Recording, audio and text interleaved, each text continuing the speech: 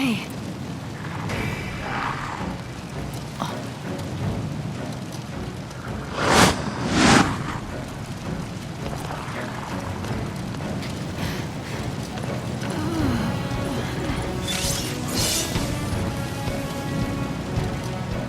Lightning don't need no help.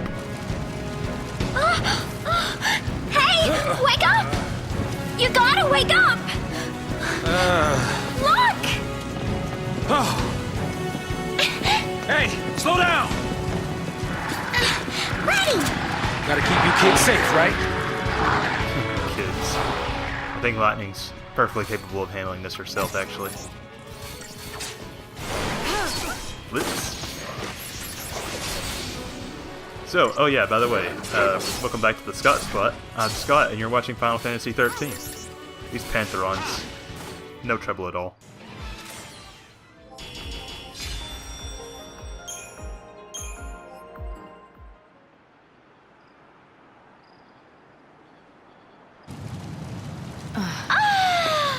Glad that's over!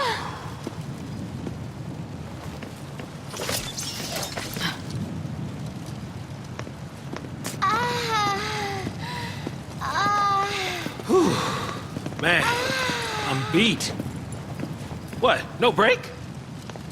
They're tracking us. I know that, but we aren't soldiers. We don't have your kind of stamina. You got enough to complain.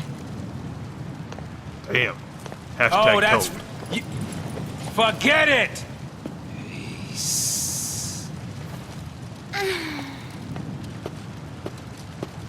I think,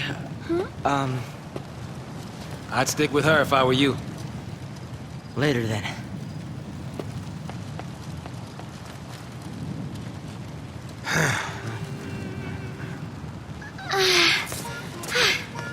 Come on, let's get going. Get going to where, exactly? The whole of Cocoon's against us. No matter how far we run, there's no escape. That Seath clock, it's still a ticking. There's still time. You give up too easy, old man. I'm not giving up. There's some things that you just can't change. A kid like you would not understand. Yeah, I'm a kid. I don't understand. Well, I guess we can be fugitives together. Oh. You ready? Ready! Oh god, Vanille. Jeez.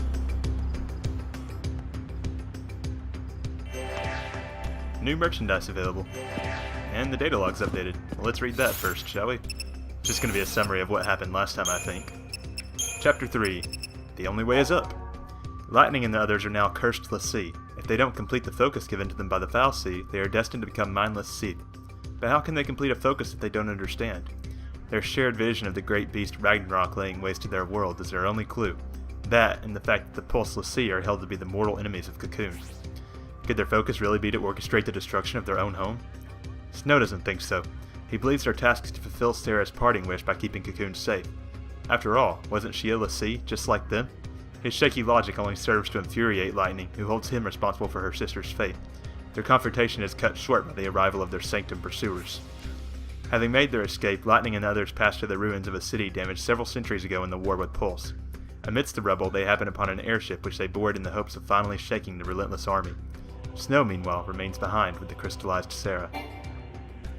Geez, how is it Snow's fault that this happened to her, anyway? I guess it's true that it's sort of his fault that she ended up captured by the fal'Cie, but not that she became a l'Cie. Oh well. The twin sisters. There is no doubt in Snow's mind. They may be Pulse l'Cie, but there is no way they could be enemies of Cocoon. Sarah's last words before she turned to Crystal are proof enough for him that their focus is to defeat Ragnarok and to protect their world. Snow stays behind to defend his trapped fiancée after Lightning and the others decide to continue onward. Brought to his knees by wave after wave of PSICOM soldiers during a protracted battle, the desperate young man is suddenly overcome by a strange phenomenon. The twin sisters of Shiva, Styria and Nyx, appear before him in a blinding flash of light. They easily dispatch the remaining troops, and then turn on Snow. He manages to defeat the icy Eidolons, but is soon captured by an unfamiliar Sanctum unit. A striking woman accompanies the soldiers. a woman with the LaCie brand. Meanwhile, try as they might, Lightning's group cannot shake their determined pursuers. Crippled by enemy fire, their airship plummets towards the ground. Yeah, that is mysterious. Ooh, intrigue and drama. You have a new person, Mysterious Woman. A mysterious woman captures Snow on Lake Brescia after his exhausting battle with Psycom and the Twin Sisters. She bears the mark of a LaCie, but her brand appears scorched and twisted. As a servant of Pulse, she should be fleeing the Sanctum Army, but she seems to be working with one of the military's units. What's her deal? We'll get to know her better later on. History and myth, yep, about the Eidolons. These mystical entities reveal themselves before only a select few LaCie. It is said that they are saviors, come to rescue hopeless LaCie who find themselves bound to a focus against their will. If this is true, they offer a brand of salvation few indeed would seek willingly. Without exception, Eidolons attack the LaCie whose presences they grace. There have been no LaCie in Cocoon for centuries, and as a result, no way of determining the truth behind tales of these beings. To the citizens of Cocoon, they remain the stuff of bedtime stories. Interesting. Locales? Yep, we're now at the Vile Peaks. I kinda hate this place, to be honest. The Vile Peaks are built of debris, the cast-offs of material originally lifted up from Pulse by the fal'Cie and used in the construction of Cocoon and later editions of Landmass. These towering piles of refuse now serve as layers for all manners of beast, including lower world mechanical horrors that, intentionally or not, hitched a ride with what became the building blocks of Cocoon. The Sanctum military endeavors to clear out the dangerous inhabitants of the peaks, but some say they leave the job half done to discourage civilians from entering the lowlands. That's a good point, actually. Ah, we got a new fal'Cie in here, Phoenix. Cocoon's own light in the sky, Phoenix is a Sanctum fal'Cie tasked with providing warmth and illumination. It floats at the center of Cocoon's inner atmosphere like a miniature sun, bathing the surrounding world in its radiant glow. It is the fal'Cie who are responsible for Cocoon's climate, regularly adjusting weather as deemed necessary. Just as Phoenix regulates daylight, other subordinate fal'Cie maintain patterns of wind and precipitation. That's very interesting. I think the whole concept of fal'Cie is interesting, honestly. Got some new battle primers too. Alright, so saboteurs basically put on negative status elements like poison and shit. And let's see, we're gonna learn about status elements now. So there is one status effect that provides resistance to status elements, and that is Veil. So here's what the different symbols mean. You've got, from left to right, D-Brave, which reduces strength, D-Faith, which reduces magic, D-Protect reduces your physical resistance, D-Shell, which reduces your magic resistance, Slow, which reduces the ATB gauge rate, which sucks, and Imperil, which reduces elemental resistance. And then you also have these that you can cure with certain items. You've got Poison, which slowly drains your health, Pain, which prevents use of physical abilities, which sucks, Fog, which prevents spellcasting, which also sucks, Daze prevents all actions and increases damage. I really hate that one. It's so annoying when you can't do anything, because you only control one character, so it's like, well, you can't do nothing. And then Curse, which causes your own abilities to often fail, while rendering opponents likely to succeed. That's kind of a weird one. The Essena spell can also remove status elements. This ability removes only the most recently inflicted element, so it must be used repeatedly if a character is suffering from more than one. Interesting, but we don't know Essena yet.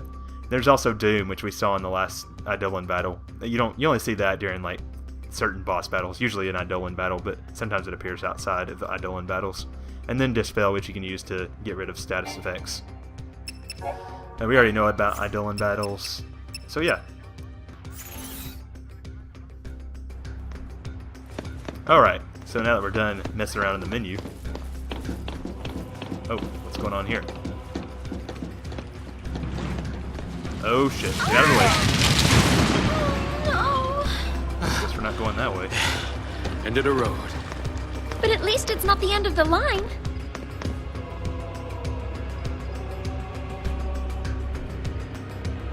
I guess our team is getting split up for a bit. Ah, flashback. Back to day 11 again.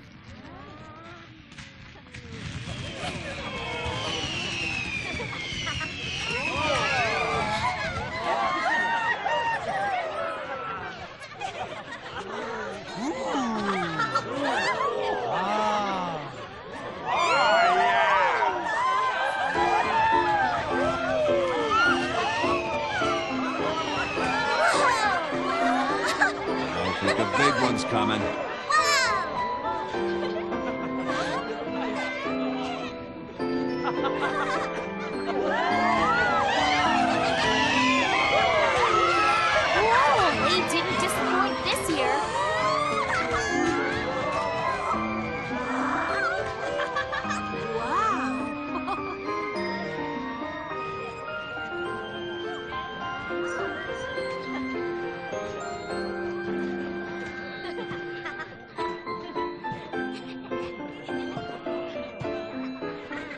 You look dreamy, Farron. Wishing on fireworks, were you? And you call yourself a soldier? Ah, Sorry, Lieutenant. But I really don't think guard duty is my calling, sir. well, lucky for you, your shift just ended. Pack it up and go home. But, sir, SciComm found something in the vestige nearby. They don't want the Guardian Corps here stepping on their toes. Huh. I'm sure you heard about the accident at the Uriday Gorge energy plant, and how it has the SciComm lads in a tizzy. yeah. More incident than accident. Something pulse-related. You're taking tomorrow off? Sir, for my birthday, sir. My sister, she insisted on it. 21, huh? Maybe it's a good time to send off that letter of recommendation for officer training. Lieutenant, You're past due for a promotion, Farron. Think of your sister and your future, and keep your nose out of trouble. out of SciComm business, you mean? Yeah, nothing good'll come of it. Nothing but grief. Whoa, look at that one! Whoa, whoa, ho! How right you were, Lieutenant. You should always listen to your superior officer. Just saying. Not that that would have changed anything. Just you? For now, I guess. Should we wait? They'll catch up, eventually. Alright, so now we have a team of Lightning and Hope. And as this tutorial so aptly puts it, Hope has access to the Synergist role, so he can cast Protect and shit. And he'll learn Shell before too long, so yeah. And the data log's been updated, so let's check that out. Data log, events. Nothing but grief. Lieutenant Amador was right about that. Their airship damaged during the escape from the army, the Lassie are forced to make a crash landing in the Vile Peaks. Accustomed to the rigors of conflict, Lightning immediately sets off to outdistance any pursuit, trailed by Hope. Exhausted and on the brink of despair, Saz cannot bring himself to follow. He knows the army will never stop chasing them, and even if they do somehow evade capture, they face transformation into Seath. How can they complete a focus they don't understand? Despite the futility of the situation, Saz cannot leave Vanille to fend for herself, and he forces his reluctant legs to carry him onward.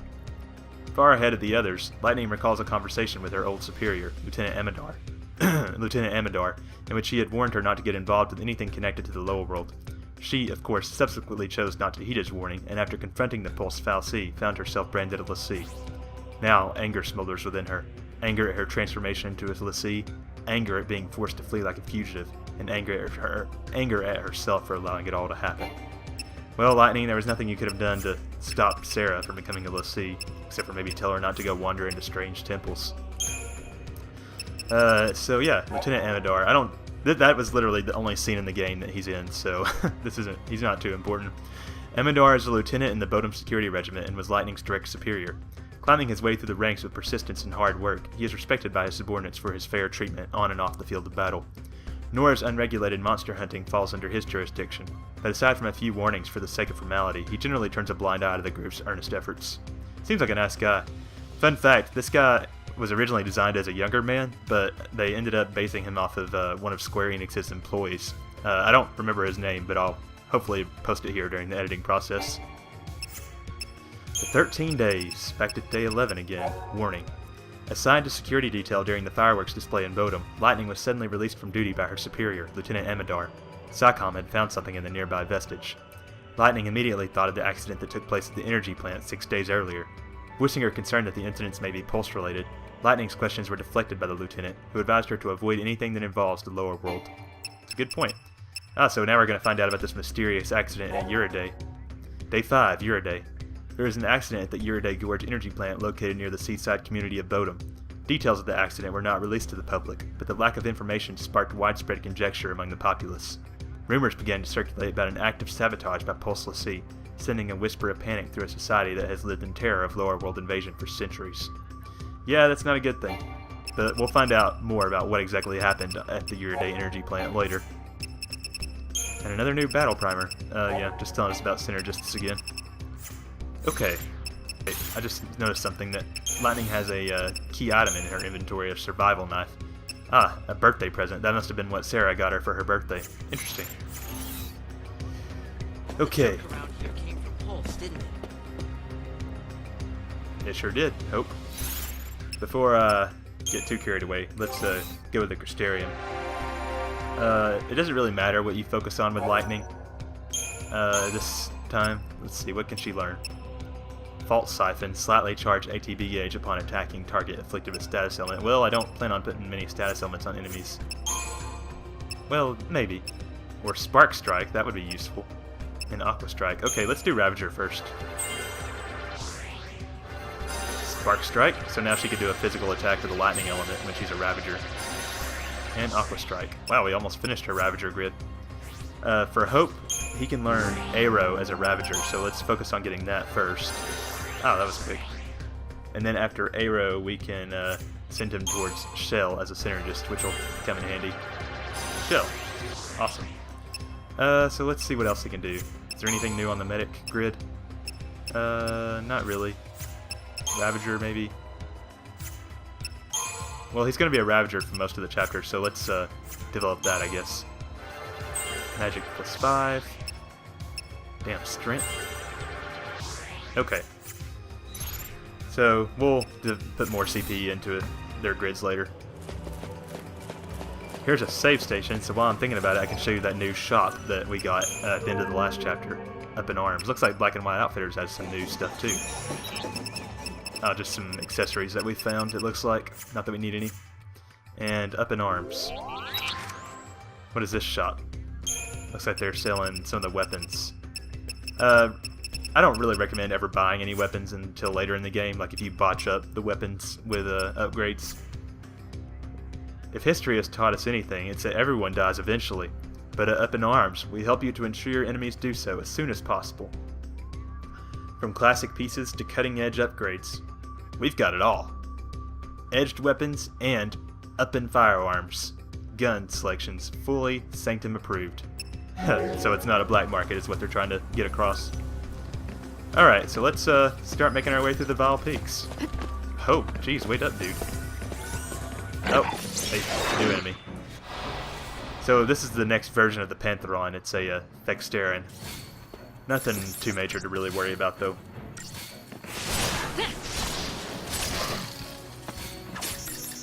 Of course it is much tougher than the Pantheron. I do like that there's no, like, simple recolors in this game, or not really. I mean, yeah, this may look like a green Pantheron, but if you examine it closely, it has, like, a different spinal ridge, and its mouth shape is different. So that's always cool. 5 stars, thank you. And let's open this chest. Libroscope. I want to make sure that I have an extra silver bangle. Yeah, there we go. I don't want to put it on Hope, but let's see, what can we put on Hope? I guess an iron bangle will do for now. Not too exciting, but yeah. Okay, so now let's go down the main path. We just got a Libroscope, so now... Ah, Thexteran and Pantherons. So I wonder if the Thexteran is like the Alpha Wolf. So, Lightning and Hope is kind of an interesting team, don't you think? So we got some kind of junk tower to cross up here. Left over from the scrap the Foul Sea took from Pulse to repair Cocoon. Jeez, it's a lot of leftover shit. Couldn't they have taken it back to Pulse? Damn, Foul Sea are kind of litter bugs. Alright, more watch drones. I bet it was a little bit more difficult than you might have thought it would have been. Hope died about halfway through. Luckily I was able to kick their asses lightning still. Their electro kick attack is no joke. Ah, Thexteran. Watch. That was another difficult one where Hope died. Kid doesn't have much in the way of HP. Oh, and now we have another new enemy. This is a Pulsework soldier. Luckily, it's easy to get a preemptive strike on these guys if they're by themselves.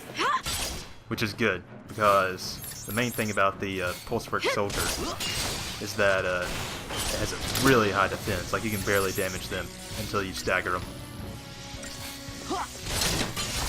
So, yeah, they basically become immobile when you stagger them.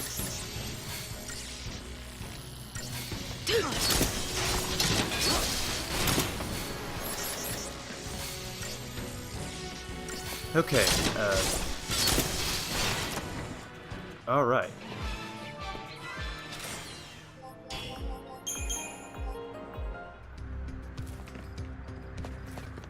Oh, looks like we got a bit of a drop-off here.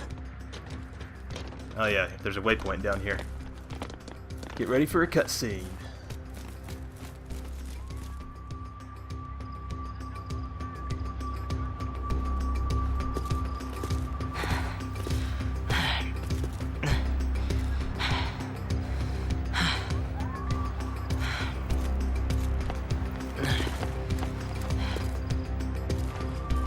Can we get through this way, you think? You know where you're going, right? I've been here on missions before. Missions? Nothing to do with the Purge, though. The Purge is SciComm's baby. Our military is split into two arms. The Public Security and Intelligence Command, known as SciComm, and the Guardian Corps. I was Guardian Corps, Bodum Security Regiment. Wait, but I don't get it. If you're not SciComm, then why did you board the train? For Sarah. Oh, flashback time again. Day 13.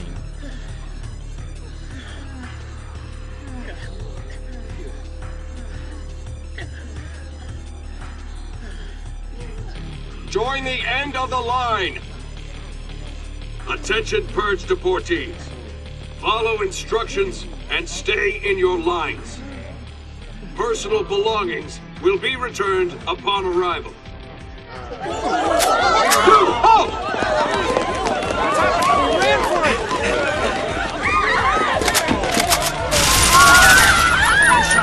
Do not leave your lines! This is for your own safety! Huh? What's the GC doing here? This op's under SciComm direction. So direct me. Let me on. I want to be purged. Only civs get purged. Sanctum staff and soldiers are exempt. Huh? Then I quit. Line up!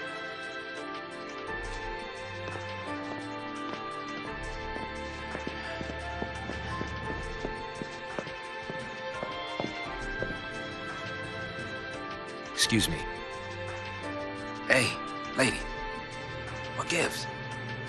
I volunteered. Really? You don't look ready to go quiet into that good night. You want quiet? You better take the next train.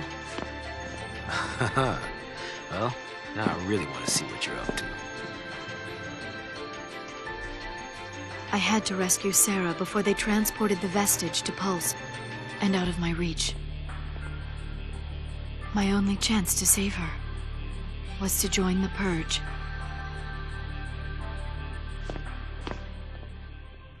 So Lightning joined willingly. It's intense. You're telling me you got on that train so you could save your sister? That's crazy. I could never do something like that. It's not a question of can or can't. There are some things in life you just do. Easy for someone like you to say.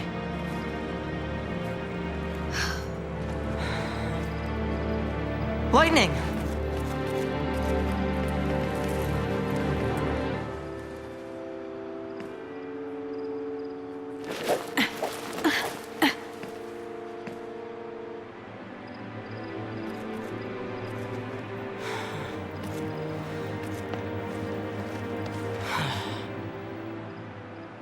She left me.